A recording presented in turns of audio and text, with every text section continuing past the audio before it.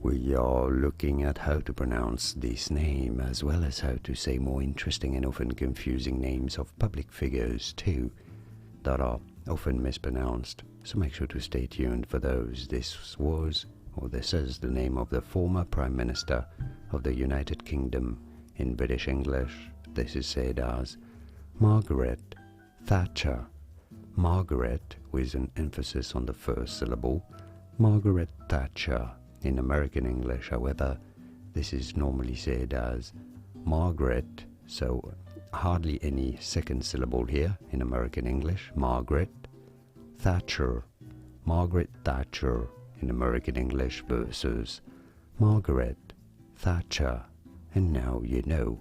More videos here on how to pronounce more interesting names whose pronunciations aren't always obvious. Do you know how to pronounce those correctly?